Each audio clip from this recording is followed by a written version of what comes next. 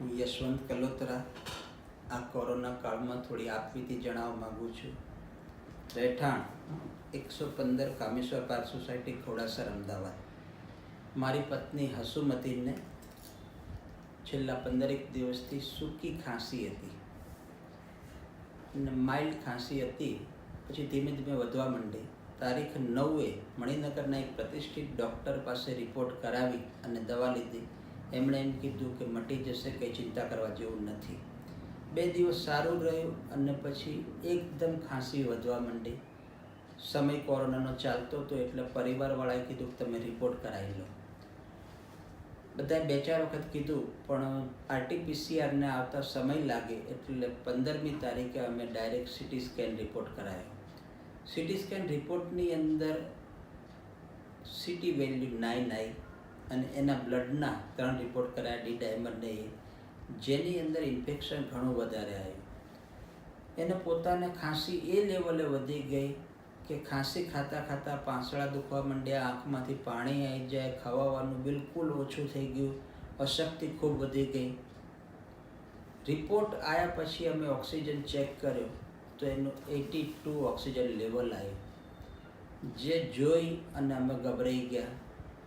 તરત જ મારા ભત્રીજાનો સન જે GCSમાં ડૉક્ટર છે એને કોલ કર્યો. એ ઘરે આવ્યો, એણે ચેક કર્યું અને કીધું કે દાદા તાત્કાલિક હોસ્પિટલાઇઝ કરવા પડે. મેં મારા પરિચિત મિત્રો જેમની હોસ્પિટલ છે એમને કોલ કર્યા કે કોને ત્યાં આગળ જગ્યા અને વ્યવસ્થા છે. કોઈ પણ જગ્યાએ બેડ ખાલી નહીં. જ્યાં આગળ બેડ હતા ત્યાં આગળ ઓક્સિજન નહીં. તો સમય એટલો બધો ક્રિટિકલ અને અમારી માનસિકતા ગભરાયેલી કે હવે શું કરવું. તો રૂલ્સ મુજબ 108ને કોલ કરો અને 108 જ્યાં લઈ જાય ત્યાં જવું એવું નક્કી કર્યું.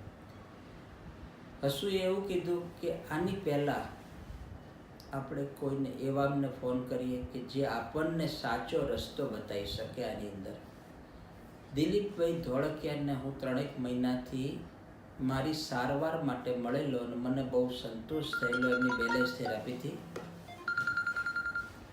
એટલે અમે દિલીપભાઈને ફોન કર્યો. દિલીપભાઈ કીધું કે યશવંતભાઈ બી કુલ, આ લેવલે પણ સુધરી શકે છે. તમે એમને સૂચવેલા પ્રાણાયામ કર્યા પછી મને કોલ કરવાનું કહ્યું. અમે 20 મિનિટ એક્ઝેક્ટ એમના કીધા પ્રમાણેના પ્રાણાયામ કર્યા અને ચમત્કાર, ઓક્સિજન લેવલ 82 થી 87 આવ્યું. અમને બહુ જ ખૂબ આશા બંધાઈ કે આ સુધરી શકે છે. હવે ચિંતા જેવું નથી. તરત જ એમના કીધા મુજબ ડાયટ, યોગ અને પ્રાણાયામ ચાલુ કર્યા. 3જા દિવસે આ પોઝિટિવ વિચારો અને વાતાવરણથી એનું ઓક્સિજન લેવલ 96 થી લઈ 99 આવી ગયું 3 જ દિવસમાં. અમારું એવું કહેવું છે કે આ એટલું સિરિયસ નથી હોતું જેટલું આપણે માનસિક રીતે લઈએ છીએ. થોડું આપણે કુદરત તરફ પાછા જવાની જરૂર છે કે જે આપણો પોતાનો વારસો છે, યોગ અને પ્રાણાયામ, જેનાથી તમને તાત્કાલિક અને ઘણું અસરકારક પરિણામ મળી શકે છે. અત્યારે કોવિડ પછી જે દવાઓ લીધા પછી લોકોને ઇન્ફેક્શનની એની આડઅસરો મટતા, નબળાઈ મટતા જે 5-5, 6-6 મહિના થાય છે, એ એમને ત્યાં બેલેન્સ થેરાપીમાં 5 દિવસે ઓકે થઈ જાય છે. ટોટલ આડઅસર એની રિમૂવ થઈ જાય છે. તો અમારી દિલીપભાઈને એવી અરજ છે કે આપણે એક આની વિડીયો ક્લિપ બનાવીએ અને સમાજને કહીએ સાચો સંદેશ કે આવો આપણે ફરીથી યોગ તરફ પાછા વળીએ. આપણે ખરેખર કુદરત તરફ પાછા વળવાની જરૂર છે. આ મારો અનુભવ છે કે પ્રાણાયામથી અને સૂર્ય સ્નાનથી અને કુદરતી ઉપચારો કરવાથી ખરેખર 3 જ દિવસમાં મને જે રિકવરી મળી એ બદલ એમનો ખૂબ ખૂબ હૃદયથી આભાર. જય શ્રી કૃષ્ણ. જય શ્રી કૃષ્ણ. મારો મોબાઈલ નંબર 9222725868. આના ઉપર કોઈ પણ વ્યક્તિને વધારે ચર્ચા કરવી હોય દિલીપભાઈ બાબતમાં અથવા એમને મળવું હોય તો મારો કોન્ટેક્ટ કરે. હું ચોક્કસ મદદરૂપ થઈશ.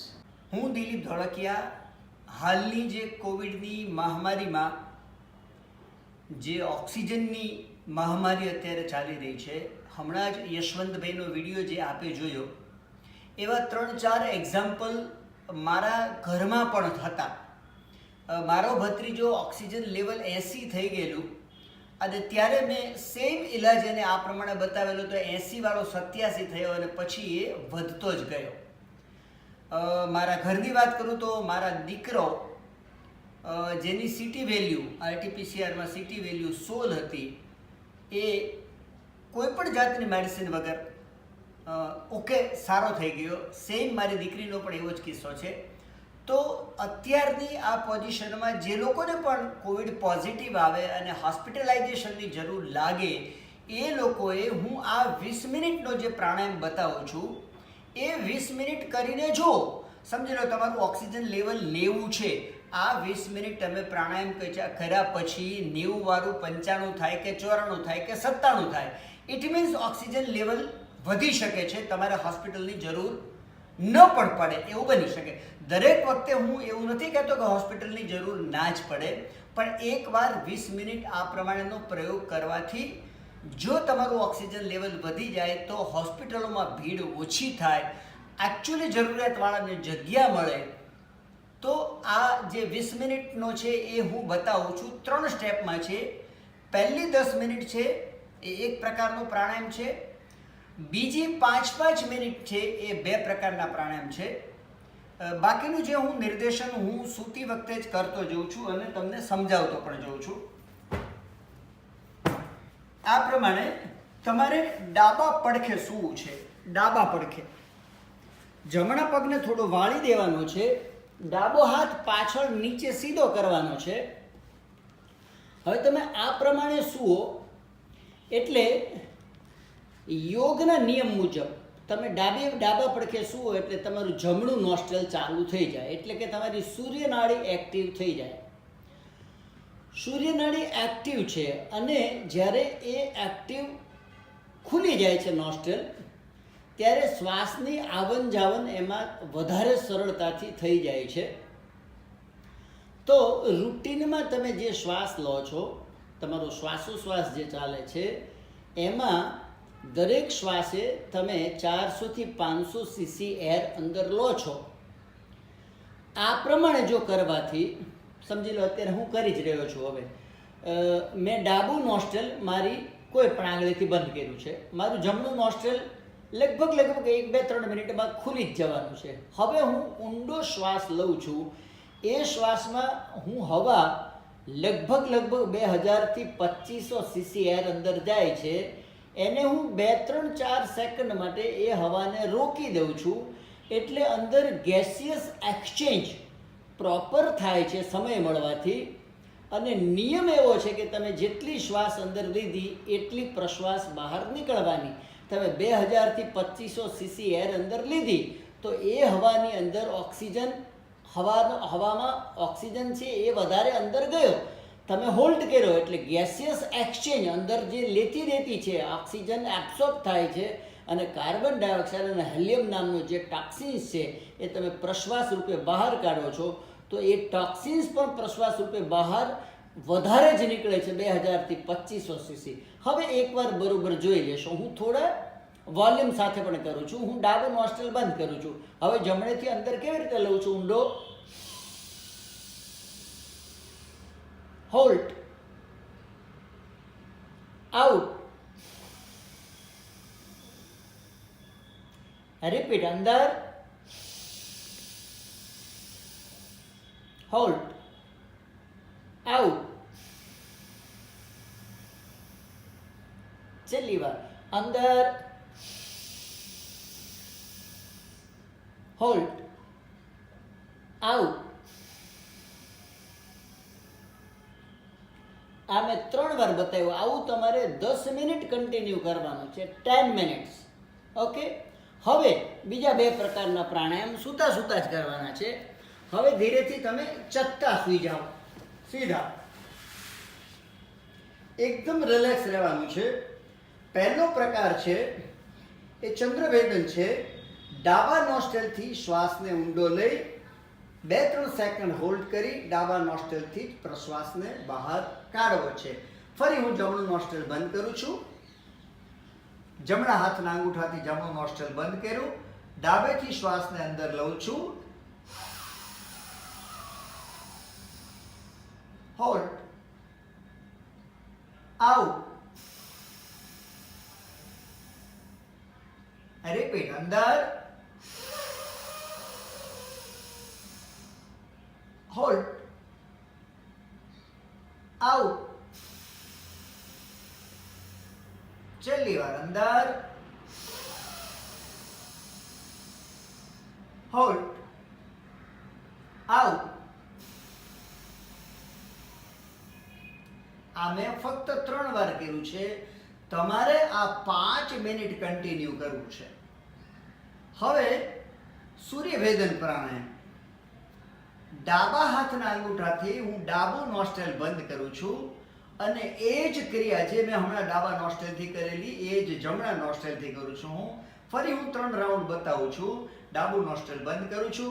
બંધ કરવા માટે તમારે ડાબા નોસ્ટ્રેલને વધારે પડતું દબાવવું નથી, કારણ કે અંદરનો જે મેમ્બ્રેન છે એ બહુ સોફ્ટ આવે, એટલે હલકો જ દબાવવું છે. આ પ્રમાણે દબાવવું નથી, ફક્ત હલકો સ્પર્શ. હવે હું અંદર લઉં છું જમણેથી. અંદર. હોલ્ડ. આઉટ. રિપીટ. અંદર. હોલ્ડ. આઉટ. છેલ્લી વાર. અંદર. હોલ્ડ. આઉટ. આ મેં ફક્ત 3 વાર કર્યું છે. તમારે 5 મિનિટ કરવું છે. હવે આટલો જ કાર્યક્રમ તમે 10 મિનિટ, 5 મિનિટ અને 5 મિનિટ 20 મિનિટ કરો. કરતા પહેલા તમારું ઓક્સિજન લેવલ ચેક કરી લો અને આ 20 મિનિટ પછી ઓક્સિજન લેવલ ચેક કરો. જો તમારું ઓક્સિજન લેવલ 3 પોઈન્ટથી 7 પોઈન્ટ વધી જાય તો તમારે હોસ્પિટલની જરૂર 99% ના પડે. આને તમે ફોલો કરો અને આના પછી કંઈ વધારે ગાઈડન્સની જરૂર પડે તો ચોક્કસ આપ મને ફોન કરી શકો. મારો નંબર છે 9898287627 અને આના માટેનો કોઈ ચાર્જ હોતો નથી. Thank you.